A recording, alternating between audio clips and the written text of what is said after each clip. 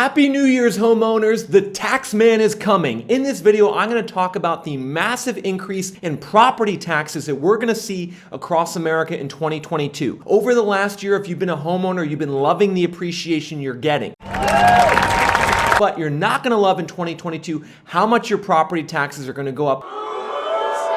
Specifically in certain cities and certain states, they're going to see massive increases in tax bills that quite simply homeowners cannot afford. There's certain cities where I am very concerned about their housing market because as these bills roll through over the next couple months, there's going to be massive sticker shock, massive panic selling, and a big crash in the markets where property taxes are going to go up the most. This is the cruel, unfortunate reality to being in a housing bubble that not a lot of homeowners and real estate investors want to acknowledge, but in this video, we are going to acknowledge this reality. We're going to take a look at the states with the highest property tax rates. The cities are going to see the biggest increase in tax bills, and lastly, the cities that are most at risk of a crash due to these higher property taxes. Let's get into it, everyone.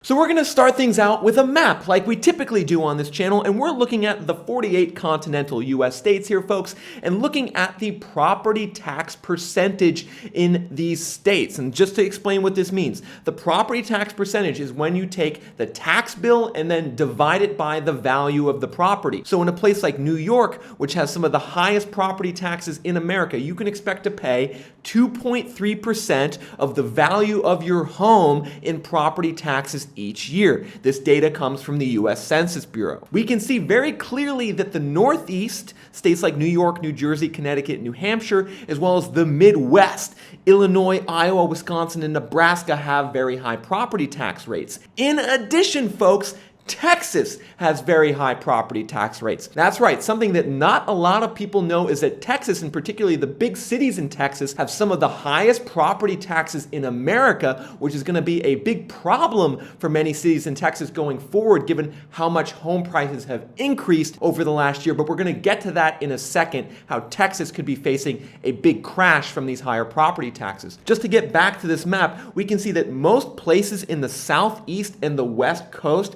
have lower property tax percentages. So if you're someone who's sensitive to high property taxes, maybe you're retiring, maybe you're someone who is an investor and doesn't want a high tax bill, the Southeast is a great place for you. South Carolina, Alabama, Louisiana, Arkansas have very low property tax rates. Quick 5-second break, everyone. If you guys appreciate this data and you want to see more of it going forward, just make sure to smash that like button. There's also low rates on the western half of the US in Colorado, Utah, and Nevada. Even California has low property tax rates, but the downside is these states have higher values in general, so the tax bills are still high. And the important thing to remember heading into 2022 is that homeowners and real estate investors who have been loving their appreciation over the last year, well, they're going to start to not like the appreciation going forward, because now is when they're going to start to see the real financial cost to those higher home values. Tax assessors across America right now are licking their chops. They're licking their chops, and they're going to send out tax assessments over the next couple months that are going to show your tax value up by 20, 30, 40%, meaning that your tax bill is going to go way, way up, particularly in certain cities.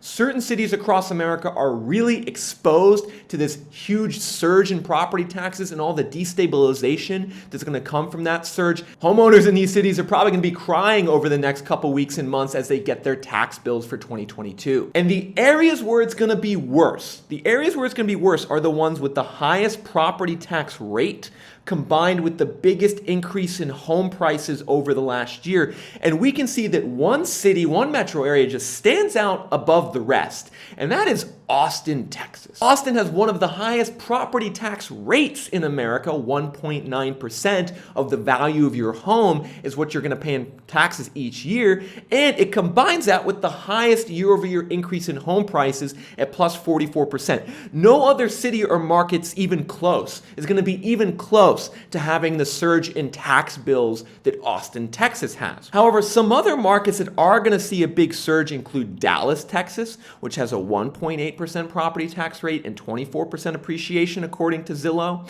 We're going to see basically anywhere in Texas, San Antonio, Houston, El Paso, all these cities in Texas with high property tax rates and big appreciation, the bills are gonna go up massively. In addition, we might see some big increases in places in New York like Rochester and Syracuse, which have property tax rates near 3%. We also might see increases in Florida and places like Cape Coral. Even though the property tax rate of 1% isn't that high, anytime you have 34% year-over-year price growth, your taxes are gonna go up a lot. Meanwhile, all the markets on the bottom left of this graph, like a Baltimore, a Little Rock, Arkansas, New Orleans, a Baton Rouge, a Birmingham, Alabama, they have lower property tax rates and lower appreciation. So homeowners and real estate investors are less likely to get smacked with big property tax increases in these markets on the bottom left. And I don't think a lot of people are prepared for this, just how high the property taxes are going to go up, in conjunction also with some other costs, like your homeowner's insurance cost is also going to go up in the long run if your value goes up. In addition, we're going to see higher mortgage rates in 2022. So all these things are going to be happening at once.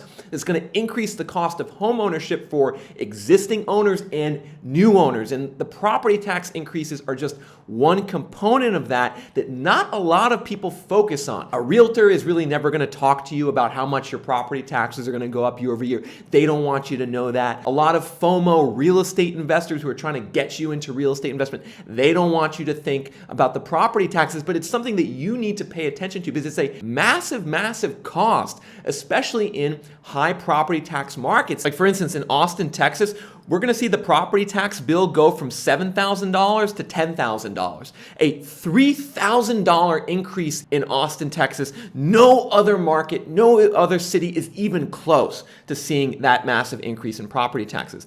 Dallas, property taxes are probably going to go up by $1,200, which is a big increase. We're also going to see big increases in the Northeast, in New York, in Kingston, in southern New Hampshire. Places like Manchester, Concord, and Keene are going to see big property tax increases. So is Bridgeport and New Haven, Connecticut. If we zoom on over to the western half of the U.S., we're going to see, even though the property tax rates are low, we're going to see big increases in bills in the Bay Area in California, as well as San Diego, just because the values there are so high. We're going to see big increases in bills. Whereas all the metros in blue are not going to be hit nearly as hard. We're going to see, like in Birmingham, Alabama, a $150 increase in taxes potentially. In Little Rock, Arkansas, $160. Now, as far as determining which markets this property tax increase is going to crash, we need to compare the increase in taxes to the levels of income in these markets to see how big of a relative increase these taxes are and how much that's going to take away money from people, because that's the key point here. And that's what this graph does. We're taking a look at the projected increase in taxes and dividing it by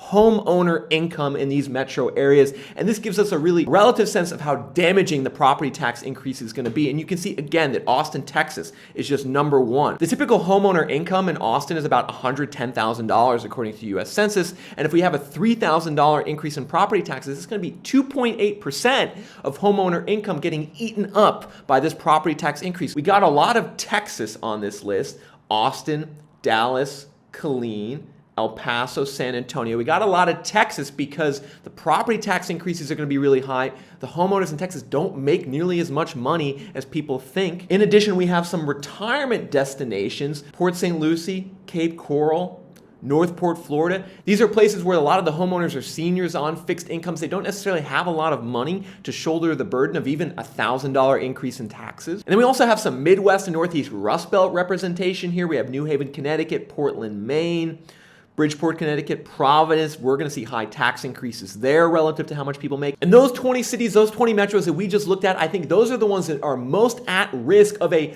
property tax induced crash. They're most at risk of homeowners and real estate investors saying to themselves, I can't afford these increases in property taxes. I'm going to sell my property. I'm going to move out. I'm going to, if I don't do those things, spend less money in the local economy, which isn't going to be good for the local economy and housing market. So it's those cities, a lot of which are in Texas. And this is really the important thing to know about Texas. Texas is not built to have high home prices. With its super high property tax rates and with how many homes are built in Texas, it is not a state that has ever really had high home prices, and that makes me very skeptical that it can sustain high home prices. Now, there's a couple caveats to this analysis, two main ones I want to talk about. Number one is that this is assuming a fixed tax rate. The data that I'm showing you on property tax rates comes from the 2019 U.S. Census American Community Survey, and I'm assuming those tax rates are the same today as they were 2 years ago. However, I think it's very likely that the marginal tax rate has actually gone up in a lot of markets over the last 2 years. So I actually think this analysis could be underselling, could be underestimating how much the property tax bills are going to go up in a lot of different markets across the country. Number two, a lot of different parts of America have rules about how much taxes can go up in a given year. Texas is one of those states where your property tax bill can only go up by 10% in a given year. So it's unlikely that, for instance, homeowners in Austin are going to bear the increase of this in just 1 year. However, over a couple years, they surely will, and they're going to know over a couple years that their property taxes are going way up. All right, everyone, I hope you found this video useful. I would encourage some of you to go back and re-watch some of it, particularly the state property taxes in the beginning, because I know a lot of you are trying to make a decision to move, and property taxes are a big part of that decision. So go back and watch that part in the beginning, and also make sure to understand specifically the cities within the state that have had the most appreciation. Those are the ones that are most at risk of future increases in property taxes. I know that's something a lot of you want to avoid as a home buyer or real estate investor going forward. If you did appreciate this content, make sure to smash that like button. That's the best way that you can support me in this channel. In addition, comment below. What did you think of this video? Did the data ring true to you? Do you disagree with some of the things I said? I want to hear your thoughts in the comment section below. All right, everyone, that caps it off for 2021. The next time I'm going to see you is in 2022. Until then, this is Nick from Reventure Consulting signing off.